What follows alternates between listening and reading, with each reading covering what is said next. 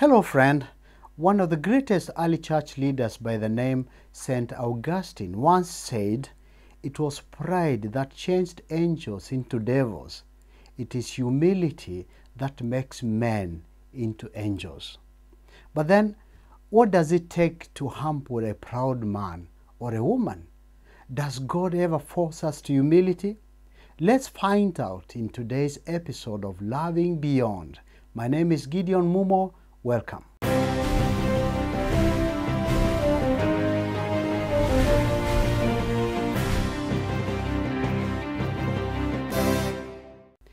In 2 Corinthians chapter 12, the Apostle Paul tells of how God kept him humbled to prevent his priding on account of the visions and revelations he had received.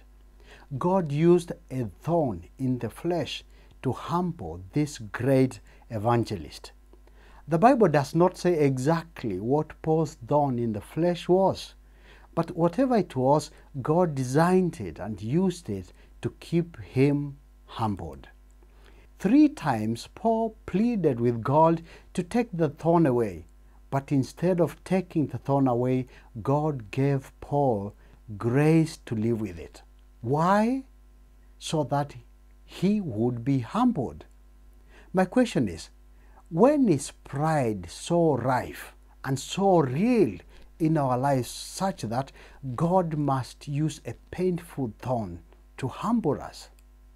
Now, pride is a sin that not even the holiest of saints is free from, at least not when we are convinced that we are right with God and are aware of God's mighty works through us. Paul found himself tempted to pride in things that were revealed to him exclusively by God's grace. He had not even worked out his salvation. So, what has God given us? And how is it affecting us and those around us? Now think about it. Good health, a nice family, a nice job, a prosperous business, a good country, a good community to live in, a good church, and many others. And all this by God's grace to be used for His honor and glory. But what is happening now? Is that God-given position causing us to say we can't live among a certain community? Why? For example, have we not responded to our neighbor's invitation? Or have we, like Paul, been praying that this neighbor, the thorn in the flesh, will relocate to another estate or town? We want them moved because they are not of our class, not of our race, not our tribe or religion. And we wonder why God is not answering, why God is not seeing our point. Now we know. That neighbor, however thorny, has been placed there by God, and for God's own good purpose.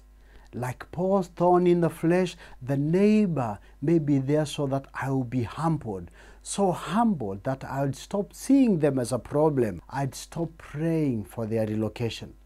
Once humbled, I will start seeking friendship with my neighbor.